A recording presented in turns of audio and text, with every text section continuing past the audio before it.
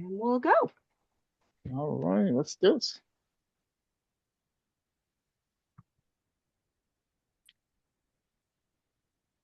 Okay, folks, joining. All right. We'll just give folks a couple of seconds to get in and get situated, and then we'll get going. Right. Let's see. Okay. Hello and welcome to Scam Chat Wednesdays, everybody. My name is Strat Maloma with AARP California, where I also serve as the lead for the AARP California Fraud Watch Network, which is a free fraud prevention and education resource that's available to anyone. Our network is all about helping communities spot and avoid frauds and scams through information, education, resources, and the event that we're hosting today. Thank you for joining us for our second conversation in a series of weekly interactive fraud prevention and education conversations that we're co-hosting throughout August with our good friends at the California Department of Financial Protection and Innovation. So, as always, I hope you will help us make this an interactive conversation by sharing your comments, your experiences, your thoughts, and more importantly, by asking your questions. And as always, we've set aside time at the end of today's presentations or conversations to answer your questions. So today we're going to be hosting a special conversation on protecting your privacy and data online. And joining us for this conversation are guests from the Identity Theft Resource Center, as well as California Privacy Protection Agency, Cal Privacy. Now, before I introduce our guest for today's conversation, allow me to share just a few housekeeping items to make sure we have a great call. For audio purposes, please keep yourself muted until you're invited to unmute yourself. To ask a question, please simply use the raise your hand feature or type your question in chat. And during our Q&A session, we will invite you to come on live and ask your question. If you're not comfortable asking your question live, coming on live to ask your question, we are happy to do so for you. Lastly, the opinions expressed by our speakers and in their presentation slides are solely those of the presenter and do not necessarily represent those of their agencies. We share this information just for educational purposes. Now, it's my pleasure to introduce our moderator for today's conversation. She's Sally Westlake with the Department of California, Department of Financial Protection and Innovation. Sally will be leading today's discussion with two outstanding guests who will be joining her. Mona Terry, who's the Chief Operating and Program Officer with the Identity Theft Resource Center, as well as Megan White, who's the Deputy Director of Public Affairs with the California Privacy Protection Agency, Cal Privacy. Please join me in welcoming Sally, Mona, and Megan. Thank you, Strat, and welcome everyone. We're excited to have you with us for this important conversation. As Strat mentioned, today we're talking about protecting your privacy and data online. Most of us spend a significant portion of our lives online today, whether we're banking, shopping, paying bills, connecting with family, or simply browsing the internet. Unfortunately, scammers and bad actors are constantly looking for ways to collect and misuse our personal information. Well, today we're going to have a conversation with two experts who help people navigate these everyday challenges. I'm delighted to welcome Mona Terry with the ITRC and Megan White with Cal Privacy. Thank you both for being here today. Now, before we dive into today's topic, I'd love to start by having each of you briefly introduce yourselves and tell us a little about your organization and the work you do. Mona?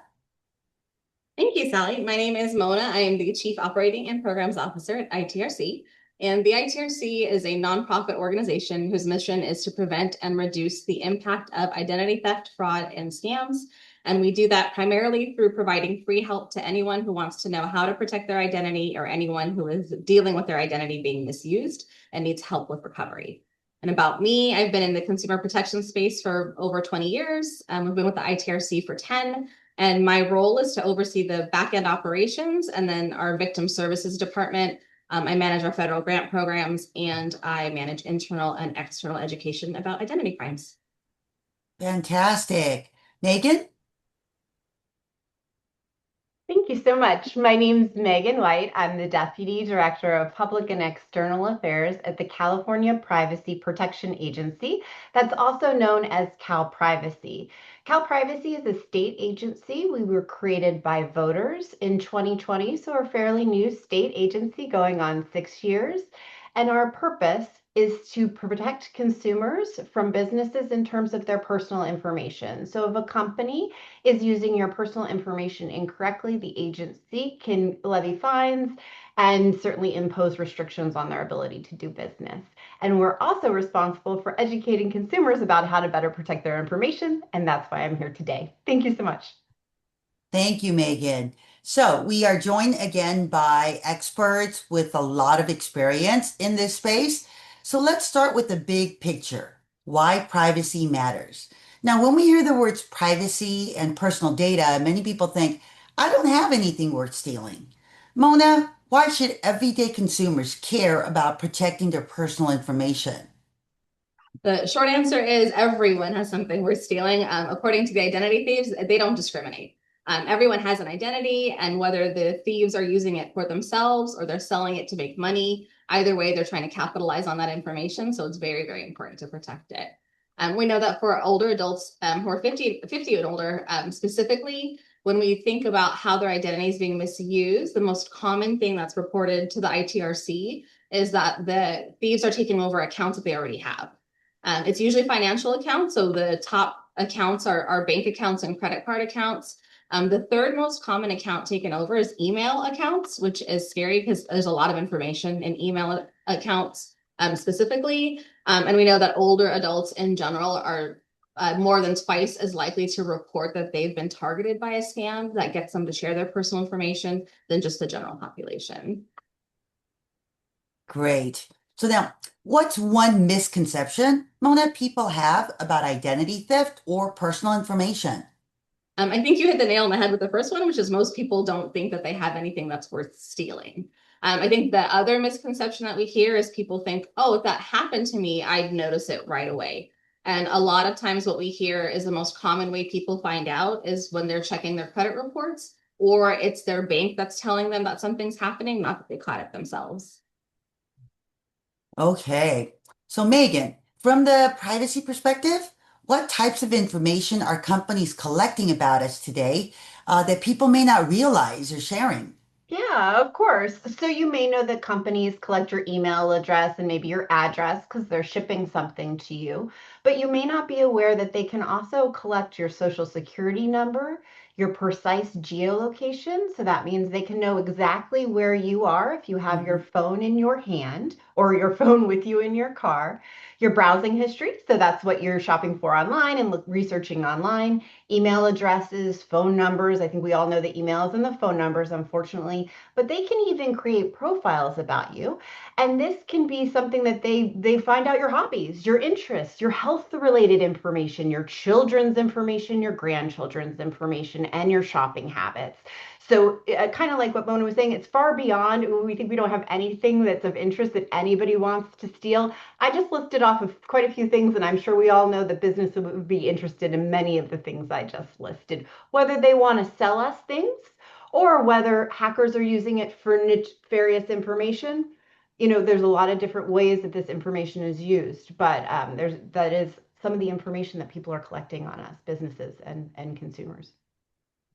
That's right. I used to tell people, well, our smartphones are a little too smart for me. It would, Well yeah, said. it would tell me. I remember being in the office in LA, and my phone would tell me, how long it was going to take me to drive home. Right. How did my phone know that? But again, smartphones are again really too smart. So, Megan, we've been hearing so much about drop. What Yeah. is drop? Oh, I'm so glad you brought up Drop. So, Drop is a free service. It's only for Californians, and it's created by Cal Privacy, our agency. We were directed to create Drop in 2023, and we just launched it in January of this year. I'm not sure if a lot of people are familiar with data brokers, but it's a concept that you may have started to hear about a little bit more. Basically, they're companies that buy personal information about about people and then they sell them to businesses. So they may be collecting things that are public information, but then they may be buying from different sources and creating profiles on you, and they can sell this information to anybody. So they might sell it to a car manufacturer who's interested in marketing a car to you, but they could also sell it to a hacker doing business under a name. The data broker's not going to do any research. They're just selling it. And so how do you get away from having data brokers have all this information? Well, you do it through Drop. Currently in California, there's over 650 registered data brokers that had to register through the Drop system. And now Californians can go to Drop. I believe we have the link in the chat. It takes less than 10 minutes. You sign up. And now that deletions have begun, data brokers have to delete all the personal information they have about you. So high level, what you need to know in less than 10 minutes using Drop, you can insert some personal information, and all of your personal information that data brokers hold about you must be deleted according to the law. You may say, are they really going to do it? Well, we have an enforcement team that audits them, and if they don't do it, they can be fined up to $200 per day per violation. So for every person they don't delete, they're getting a fine for that. Now here at Drop, we have almost 500,000 Californians signed up for Drop. We're at like 470,000 Californians that have signed up for Drop. So just think of the impact if a business doesn't delete that information. It's significant fines. So just wanted everybody to be rest assured that you can sign up for Drop. It doesn't take a lot of time, and there really is teeth behind this one. If they don't delete your information, they can be subject to fines. Wow, that is fantastic. And again, it is only for Californians. So hats off to Cal Privacy and to our legislatures for putting this program together to make our Californians safer and protecting our information. So hats off Oh, to thank you you, all. Sally. Appreciate that. Well said. So now to our audience members, just by simple show of hands, just raise your hands if you are surprised by the amount of data collected about you that you've heard about so far from the experts. Let's see, how many hands? Okay, that's fantastic. So how about now, how many of you have ever received a notice that your information may have been involved in a data breach? Anybody get those letters, emails? I know I have. That's right. So as you can see, many or most people have had that experience. So Mona, let's talk about how criminals actually obtain personal information. Again, now what are some of the most common tactics that you're seeing today? Data breaches are by far probably the number one tactic that we see. The next ones are phishing emails and scam texts. They're usually either impersonating, the ones that are the most successful that have been reported to us are those that are impersonating a bank or a big name company that people are familiar with. Social media messages, we see people commenting or getting information off social media messages, which is also through a scam. And then good old fashioned theft. People are stealing purses, wallets, and the mail. And I think mail theft is one of the other highways that are one of the other ways that really they get a lot of that information. Yes. So I know that what was it? Social media scams, like if it sounds too good to be true, it probably is, right? You can't buy that $100 blanket that's sold in Macy's. You can't buy that through social media, Facebook Marketplace for $10. Again, if it sounds too good to be true, it probably is. And I know you mentioned it, Mona, that a lot of these scammers are using big names that we're all familiar with, like Microsoft, Apple, or Amazon, right? So when we get that email, text, we are more likely to think it's real because they're using these big names. So now, what are some warning signs, Mona, that people should watch out for before clicking on that link or responding to a message?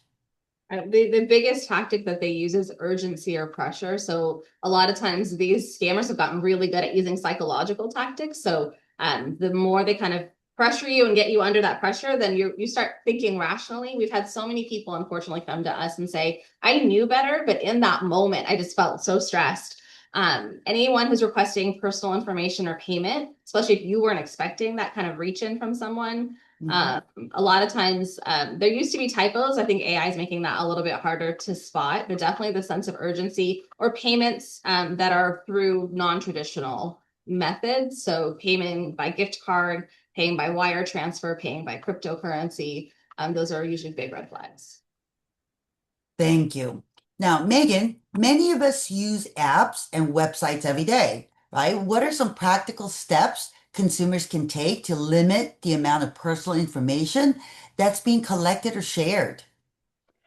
Yeah, I think really being mindful about how much information the business really needs from you when you give it. So maybe you are signing up for something and we see those little asterisks, required information. They may need your shipping address or something along those lines, of course, to ship you that blanket because you did buy it legit and you don't have to worry about the scam.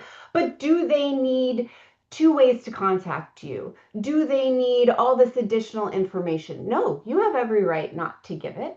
And in fact, you have the right to ask businesses what information they have about you.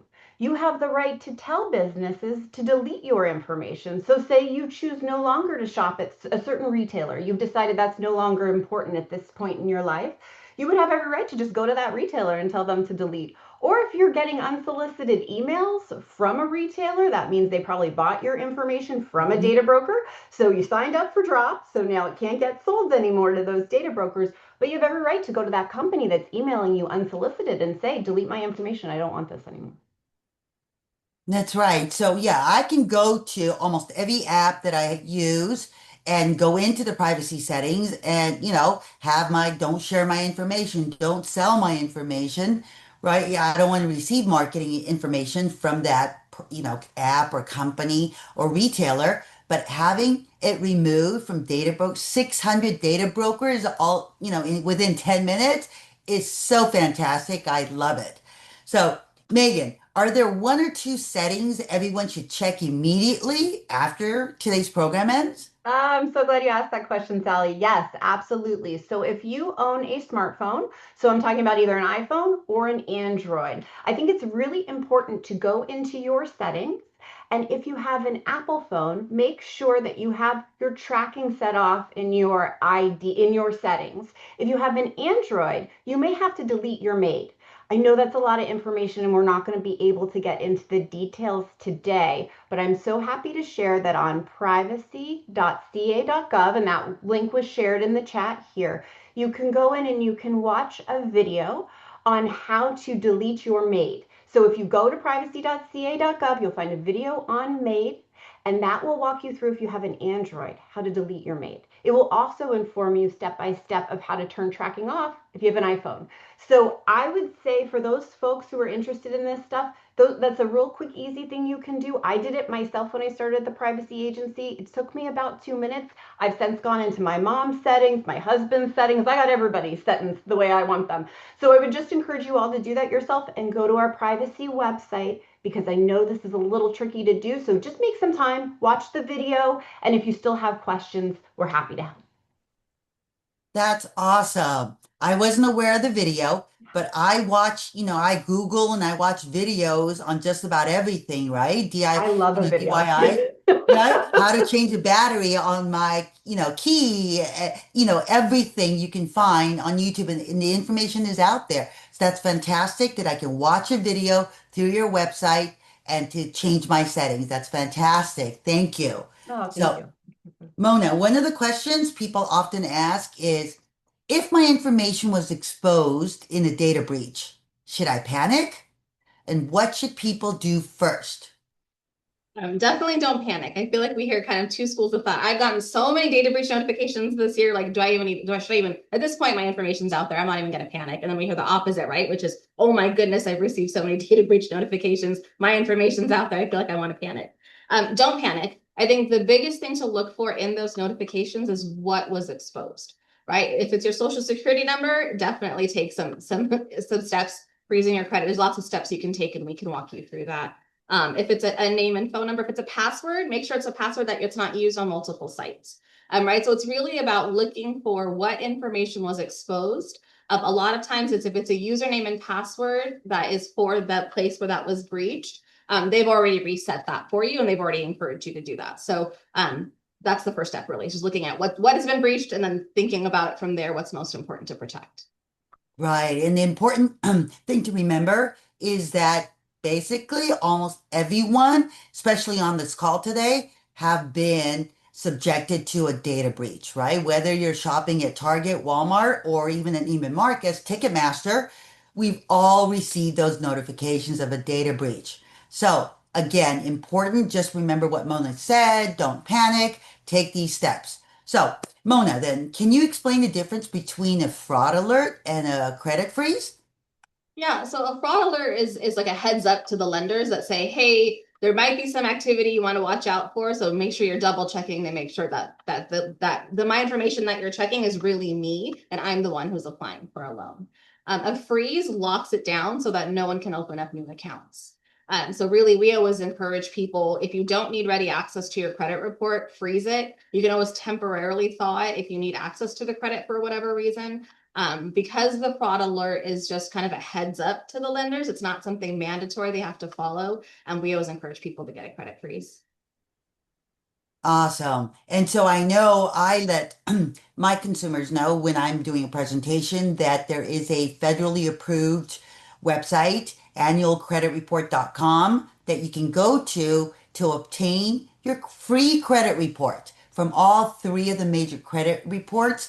And so you want to take a look at your credit report. Make sure everything is up to date and no one's already sold your information, that you're not already a victim of identity theft, and then you would want to place your credit freeze. So, Megan, after a breach occurs, many people feel that they lost control of their information. So, what rights do Californians have regarding personal information held by businesses? Of course, great question. So as we kind of touched on, you have to be notified when there's a breach, and that falls under the California Attorney General. They're the ones who oversee that. You have to be notified. We work very closely with the California Attorney General. We both oversee the same privacy laws. So those notices are set out, and it's to make sure Californians are aware when they may be exposed to a breach. Um, and then beyond that, some of the rights that I touched on earlier, your right to delete information. So say your information is found in a breach. Maybe you reach out to the company that was breached. Are you still using this company? Maybe it's Walmart and you use them. That's fine. If it's not a company you use anymore, why are they holding your information still? I would encourage you to tell them to delete it if possible. You also have the right to know, to correct. So sometimes companies will have a wrong last name for you, a wrong address, anything like that. I get my brother-in-law's email or mail all the time. I don't know why. I can go to the company and say that individual does not live at this residence. Stop sending. So I think questioning, is this okay? And what rights do I have? And if you're unsure, go to the privacy website. We have a listing of all your privacy rights that you have as a Californians. And an important thing to know is Californians have the strongest privacy rights in the nation. So if you lived in a different state, if you've talked to somebody from a different state, if maybe you think, oh, that's probably not covered, it might be because you are a Californian. So that's encouraging to know. That's fantastic. So now, then what's the easiest first step for someone who wants to learn more about exercising those rights? Where do they go? Yeah, of course. So I keep saying it, I can't say it enough. Privacy.ca.gov. It's a very easy website to remember. That's why we switched over to that website, and we have a lot of helpful tips there. There, right as soon as you get onto the webpage, you're going to see a big old button that says sign up for drop. If you have 10 minutes, go ahead and sign up. You might, when you first get there, you're going to be like, why do I have to enter in all this information? Everybody here at AARP, we keep telling you, don't give everybody information. How many times do you hear me say, don't give people information? You are going to have to put a little bit of information into drop. Why? Because it's only for California residents. So you have to verify that you're a California resident. And then we need to make sure that it's you putting in that information. So you're going to type in an email that you want data brokers to delete that email. You're going to get a two-factor authentication, another email that comes through that says, here's a code, confirm it. I think a lot of us are a little bit more familiar with the two-factor authentications and codes now, but I wanted everybody here on this call to know we're having you do that with Drop for security reasons. We need to make sure that somebody isn't nefariously creating a Drop account for you. But the great news is after you do it, about 10 minutes, you don't have to do it again. It's a set it or forget it indefinitely. These data brokers have to delete your information, and they have to access the Drop platform every 45 days. So as they're buying new info, they're coming into the platform, they're seeing that you're registered, they're deleting it. It's an ongoing cycle. So that's really, really exciting. So I want everybody to know kind of what they're getting into. We also have I love videos. I'm a visual learner. So we have a Drop video on our website too, if you'd like to take a look before, because everybody has the right to decide. I just wanted to offer this service to you all. Clearly, a lot of Californians are taking us up on it. It's not paid by taxpayer dollars. Data brokers have to register with the data broker registry. They pay a fee, and that fee pays for Drop. So in a way, it's a government service that you don't even, you're not going against your tax dollars. The companies that are putting you in this situation are paying for it. And I want to make sure that you all know about it. So if you'd like to use it, you can. 10 minutes. That's all it 10 takes. minutes. 10 minutes, right? So watch there's even a video on how to, use those 10 minutes wisely. But again, I think it's very important for everyone to, sign up and get your information removed from these data over what is it, 600, 500 data brokers? Yeah, I And I'm just think sure we that, updated the registry to 647 now. So, and and as we're going after data brokers, more and more are always coming into the system and registering as we're catching that they didn't register. So you'll just see that number go up, in my personal opinion, Sally. awesome. So now, before we go to our audience questions, I'd like to do a quick lightning round to our guests. I'll ask each of you to share your best practical advice. So, first question, what's the single most important thing people can do to protect themselves online? Mona. I'm going to say set up two-factor authentication. So Megan just talked about how Drop does that, but that is a very secure way. Make sure that you are, and even for accounts that you've had for a long time, go back in, set up that two-factor authentication. And Megan? I would say two-factor too. Honestly, as much as I love Drop and I want you all to sign up for Drop, two-factor first, Drop second. Okay. All right. So, question number 2, passwords or passphrases? Mona. I'd say passphrases. Passphrases are usually easier to remember if you're not going to use a password manager, and they're longer. And the longer, the better. Yes, definitely. And Megan? I was indifferent until yesterday. Mona suggested phrases when we talked. So I now say passphrases instead of passwords. I learned something too yesterday. Fantastic. Okay, question number 3. Are password managers worth using? Mona.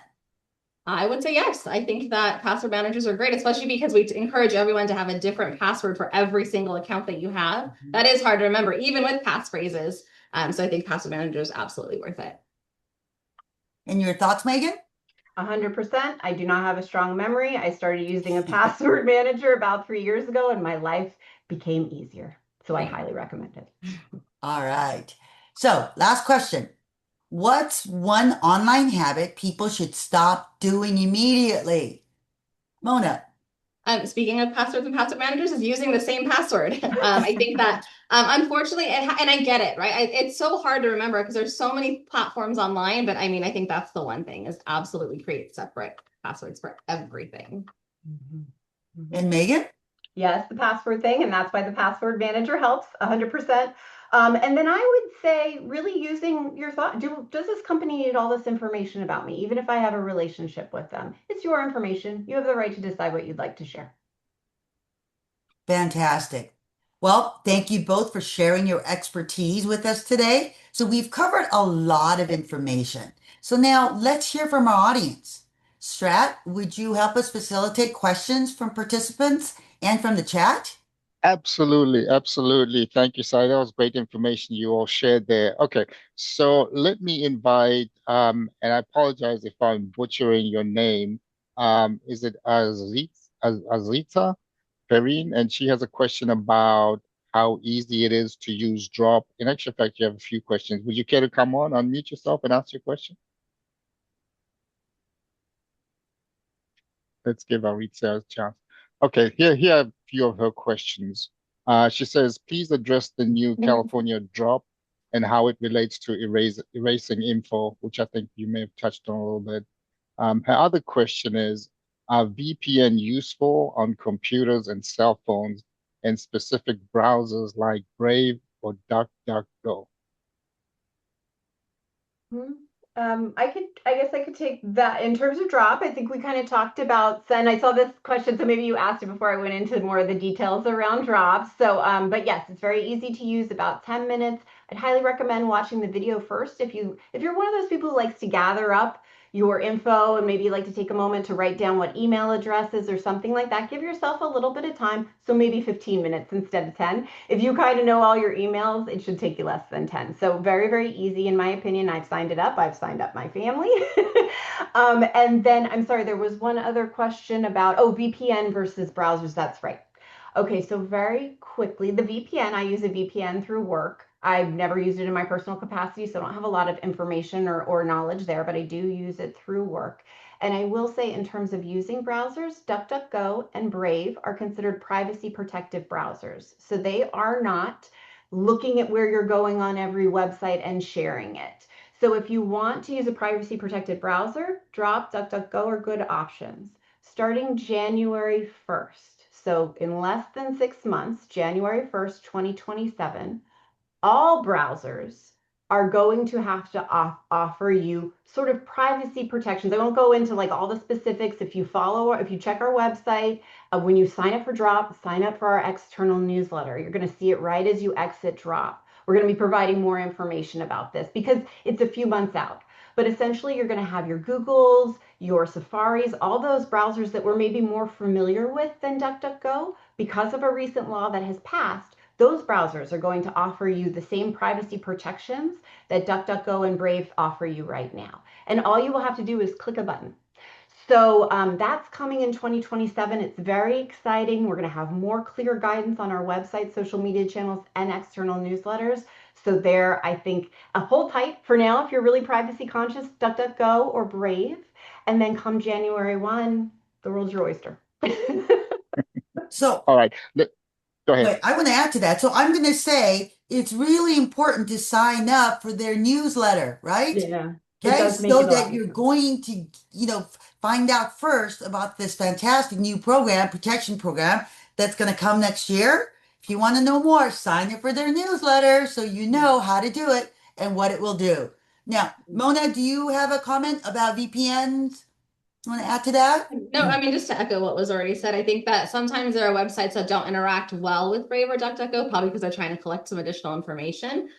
So I think they're definitely, if you're very privacy centric, that's a great way to go. And it's so great to know, Megan, that also that starting January 1, that it's all browsers, because then you don't have to worry about that connectivity. So yes, I just echo all the same sentiments. Wonderful. Okay, I'm going to invite Joe Sargent. Joe has a question also about Drop, whether it's available. Joe, do you want to come on and ask your question, please? Give Joe a second to unmute himself Yeah, or I'm herself. here. I just Thank you, want to Joe. know if that was available in other states. Oh, that's a great question. It's not. Other states have Envy. There are other states that are trying to implement it, but so far California is the only state that has it. Okay, thank you. Yeah, and Megan, I will say that we have worked with a lot of different advocacy organizations across the US, and we have had so many reach-ins to us to say, hey, you guys have this amazing thing in California. Does anyone else have it? I'm like, nope, just Nope. Hopefully in a couple years it won't be like that, but right now it's just California. And just to clarify, as a Californian, if you do sign up for Drop and happen to travel to another state, you're still protected whilst you're there until you come back? Yeah, 100%. That's the really interesting thing. That's why I think that you will see those browsers in 2027 just all go over to offering you that. Because if you take your laptop as a Californian and you go to Connecticut, they still have to protect your privacy rights are still protected. It doesn't matter where you go. You are a resident of California, so you are protected. So you are right. It doesn't matter where you go. Excellent. I'm going to invite Bill Ware to come on and ask his question about, it's a little bit different. This is about property titles. Bill, are you on? Yes. Can you hear me? Thank you. We can hear you. Okay, I just have a quick question. I get advertisements about, you know, protecting our titles. So they want a fee and all of that kind of stuff. So are those legit? And should we be, really considering doing that? Because it's like every month you have to pay a certain amount of money to have protection, whether that's really protection or not, I have no idea.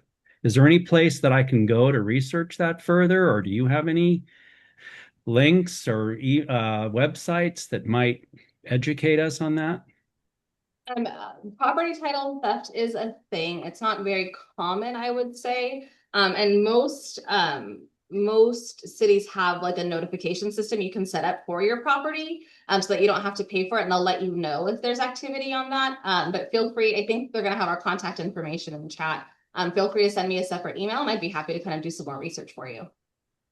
Okay, I mean, it would seem like the county there should be a way to verify somebody just coming and signing with a fake notary to be able to change your property. Sounds like it's pretty, I mean, come on, the county should be able to do better than that. And, we pay high property taxes, so they should be able to protect us from that kind of thing. Somebody just coming and, forging our name and getting a fake notary seal, and that's all it, I guess that's all it would take. I mean, that's crazy.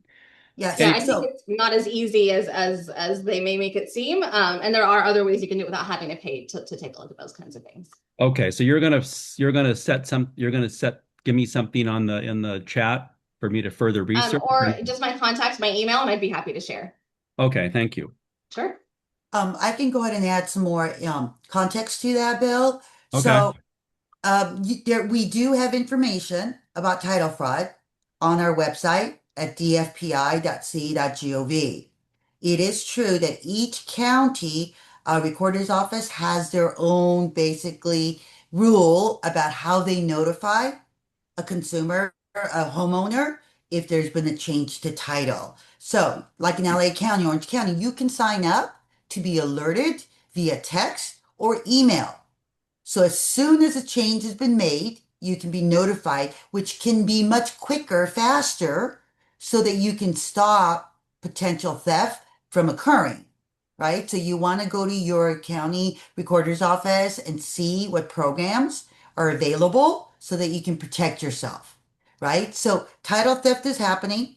There is the first people that are targeted for title fraud is going to be if your home is entirely paid off, right? And your home is in your name. Yep, that's okay. Well, we don't want to share too much information, Bill, but okay, so that's number one. That's the first target. Second would be if your, let's say, house is in a trust, that is a little harder for the scammers to forge paperwork. So you may be targeted just a little bit less. So make sure if you already have a living trust set up, make sure that you have your property and your assets titled into the living trust. It doesn't do any good if you set up a trust and there's nothing in the trust. Okay. Third way, now I'm not going to encourage this, but if you have a lender, if you have a loan, a mortgage, even a second on your home, it's a little harder to change title because the lender has to be notified and they have to be approved. They have to approve the loan that it's being changed title, right? So it's a little tougher to do. So the first people that these scammers target are if your home is in your name only and it's all paid off, right? So you have to take steps that you can do to protect yourself. Thank you, Sally, and Megan and Mona. That's great information. Okay, I now want to invite Arnell Hill. You have a couple of questions. Would you like to unmute yourself and ask your question? Yes, thank you. Are there any national protections in progress against scammers that we should know about as far as legislation or other issues going out there, and as far as even penalties against scammers? And lastly, is there a clearinghouse nationally to report scams to? So I can start off with at the national level, you want to report. If you're a victim of fraud, you definitely want to report it to the Federal Trade Commission and then also to the FBI's Internet Crime Center, ic3.gov, right? And if you're a victim of identity theft, of course, we have Mona, who is, even though she's located in San Diego, her services are available statewide, right? And they can walk you through the steps you need to take. Because unfortunately, it's going to be time consuming. It's not easy to do, but you have to take steps immediately. So, Mona, I'm going to turn it over to you. Yeah, I mean, exactly. FTC and IC3 from through the FBI are the places to report scams to, so that they have that clearinghouse. I'm not an attorney, so I couldn't speak to legal protections, but those are great places to start. Yeah. Okay. Thank you. And I'll just add also, your Attorney General's office is also a good place to report these instances to. But if you ever get into a position where you're not sure what might be a good resource to reach out to, the AARP Fraud Watch Network can always help you. Our helpline is there to kind of help you navigate that, so you can speak to somebody who can direct you into the right place to where to report that to. Okay, let's invite Judy Sapper. Judith, are you on with us? Give Judith a second. Hi, I had registered with Drop a few months ago and put in one of my two email addresses, but I didn't see an option to add my alternate address. And then I tried again, but I think got a message saying I had already registered. Ah, okay. So what you can do now, if you've already signed up for Drop, right now you can add up to 3 emails into the Drop system, and we are going to be expanding that, but currently it's at 3.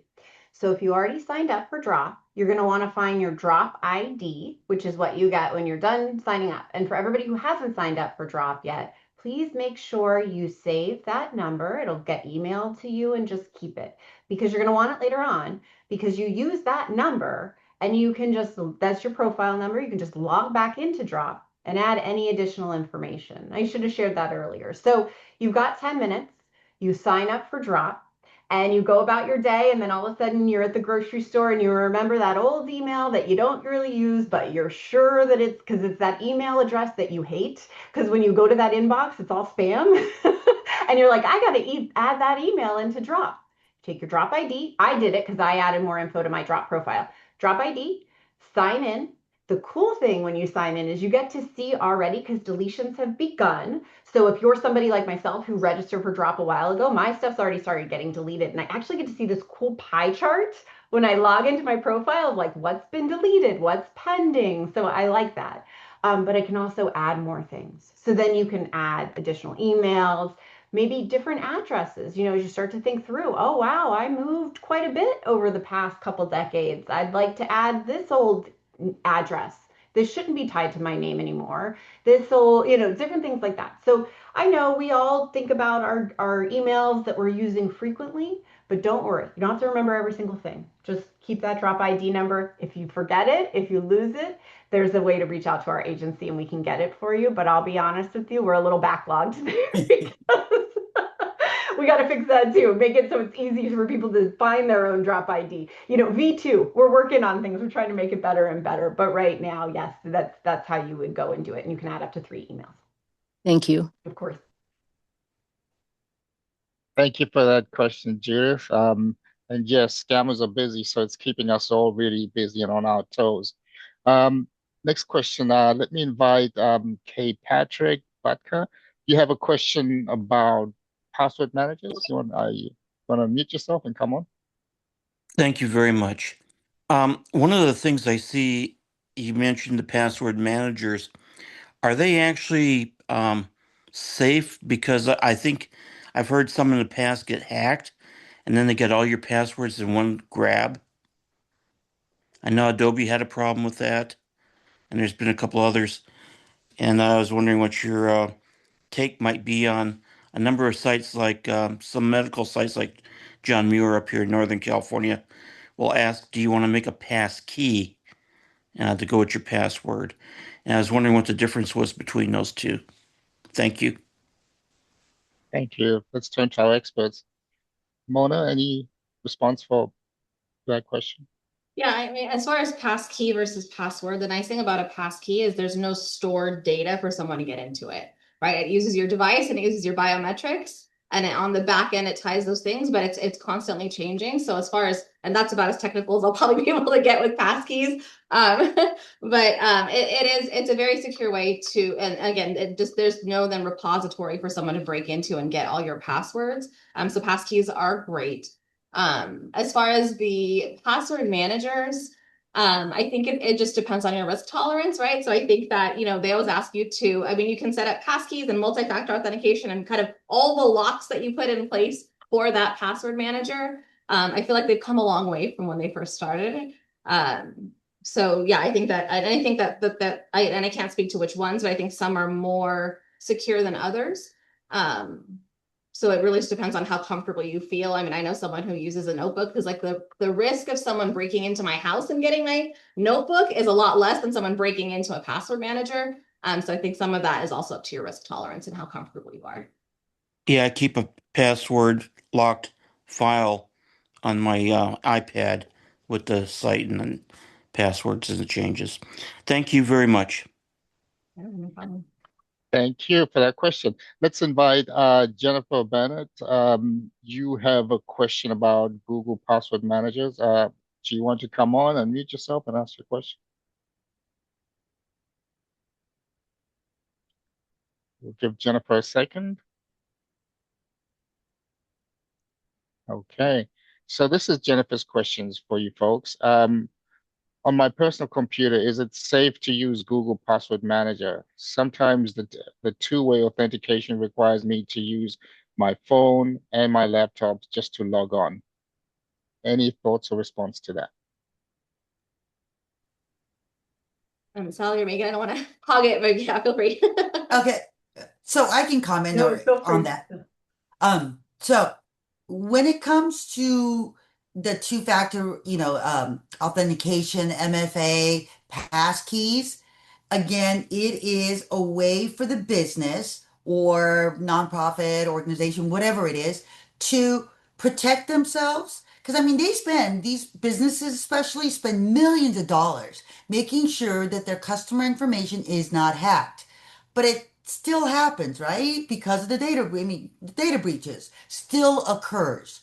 So they're doing everything they can from their end to make sure that it is you logging into the account, right? Not only are we trying to make sure that it's us in our information, they want to make sure it's really me. And one way they're going to do that is, okay, you've got your user ID, you've got your password, but they also want to make sure that you have your cell phone, that you have a secondary device that you signed up to so that, they can ensure that it really is their customer and it really is you logging into the account. Now, going back to password managers, I personally, that's just me. I'm from old school. I write all my password user IDs on a piece of paper. Again, is somebody going to come into my house and steal my, all my passwords? Maybe. But at the same time, the paper's looking kind of messy, so I do have to update it periodically. It's just one way for me to feel safe, that my passwords are kept safe. Just a personal preference on that end. And Jennifer, to the second part of the Google Password Manager requiring you to use your phone and laptop, that's part of that passkey process. So I know I feel like I have to have a device to access my device to access another device with the multi-factor authentication and passkeys, and that's why, is that more than likely there's a passkey enabled, and so they want to use that secondary form to really, really, really make sure it's you. Thank you.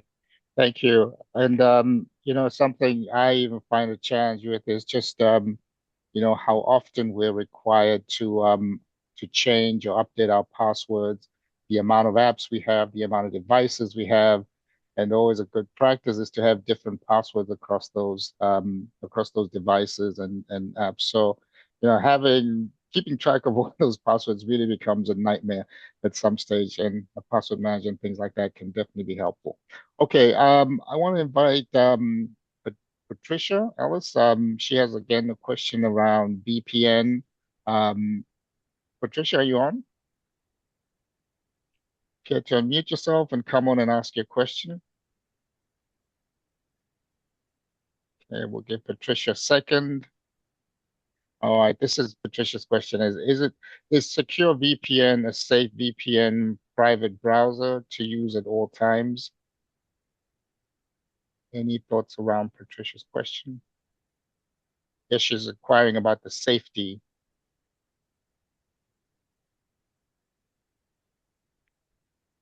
I can comment on that. So, yeah, definitely I have to use a VPN for my work computer. And then I do have it also set up on my personal laptop. Again, just another safety measure to ensure that no one can see the information on my computer. So just remember, don't use free Wi-Fi.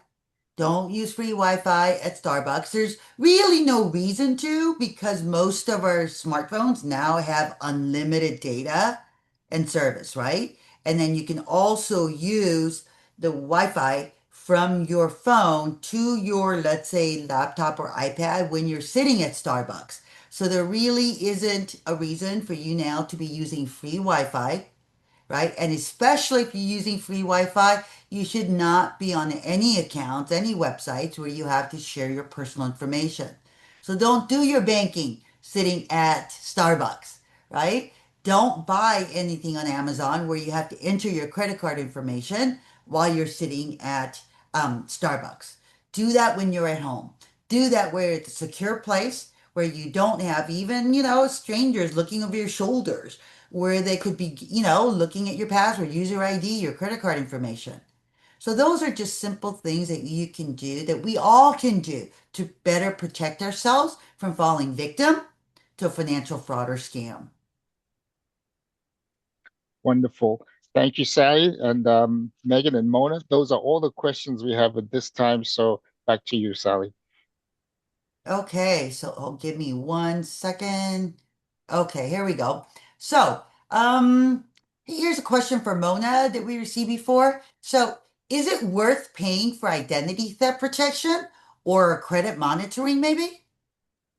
I like to think of identity protection and credit monitoring like your car. So you can wash your car and you can pay someone to wash your car, or you can do it yourself and monitor your own things. I think, there's a lot of places that also offer dark web monitoring, things that you wouldn't normally think about doing yourself. I think it really depends. I think that, there's ways to check your credit, to check your information, to see what's happening, to set up alerts on accounts and things like that yourself. You certainly can pay for it. I think the biggest thing to understand is just know what you're getting into when you do sign up for those services. Know really what it is that you're getting out of that. Are they going to protect you? How do they protect you? What steps will they take if you are a victim of identity theft?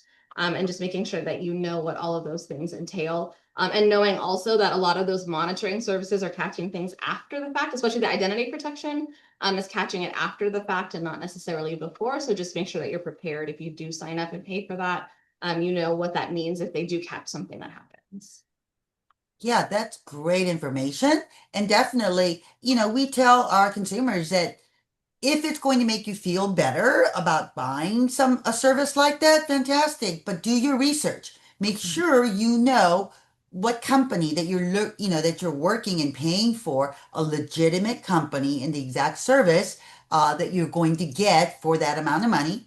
And then also, if you're not happy with their service, how do you get out of it?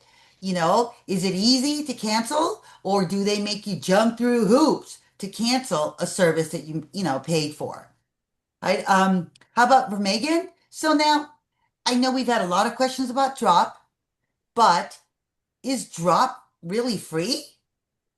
Yeah, exactly. So I know we touched on this a little bit. It is truly free for Californians in the sense that it is paid for by the data brokers who have to register with the state because data brokers are legal businesses, just to be clear. Sometimes they get questions, why are they even allowed to do this? It's a legal business in the United States. Just like you have to get a fishing license, you have to register as a data broker with the state. If you're a cosmetologist, you'd have to register with the state. Data brokers have to register with the state. They register via the drop platform, and then you get to access the drop platform to have all of your information deleted from them. So it truly is a free service. Now, to be clear, it doesn't do what some of the other services that we just touched on do. It doesn't clean up all these different things. All it's going to do is make sure that your information is deleted from data brokers. I think that's enough for me to I know agree. that, hey, my information is going to be, wiped clean. I love it. Mhm, mhm. Um, Now back to you, Mona. How about, should I be worried about AI making scams harder to spot? What do you think? Um, Absolutely, that you don't need to necessarily be afraid, but AI is absolutely making scams harder to spot. I think before we used to say, hey, look, if the grammar is off and there's typos and the right, the fonts are different and the colors look weird, right? There's all those kind of visual things, cues that you could look at. AI is making it a lot harder. So I think kind of going back to, I think when we talked about in the beginning around those high pressure tactics, like ways to pay that are just kind of off. Those are the types of things that you really just need to look out for. And my number one advice, anytime you're worried about a scam, is go to the source yourself. If a bank calls you and says, hey, there's some fraud on your account, well, you know what? I'm going to call you back, and then call the number that you know for your bank, right? There's so many different ways to get the actual number. We always say just stop and go to the source yourself. And that's one of the easier ways to not to make sure that you're not dealing with a scammer. That's right. Go to the source. We always say it. Yeah. Go to the source, right? And especially if it's a financial institution texting you, emailing you about a fraud alert, or even leaving you messages, what's the source? It's the number on the back of your debit card. It's the number on the back of your credit card, right? Those are the real numbers by going to the source. Or better yet, you've got a couple of minutes, drive yourself down to the bank and ask, hey, I got this alert. Is this real? Right?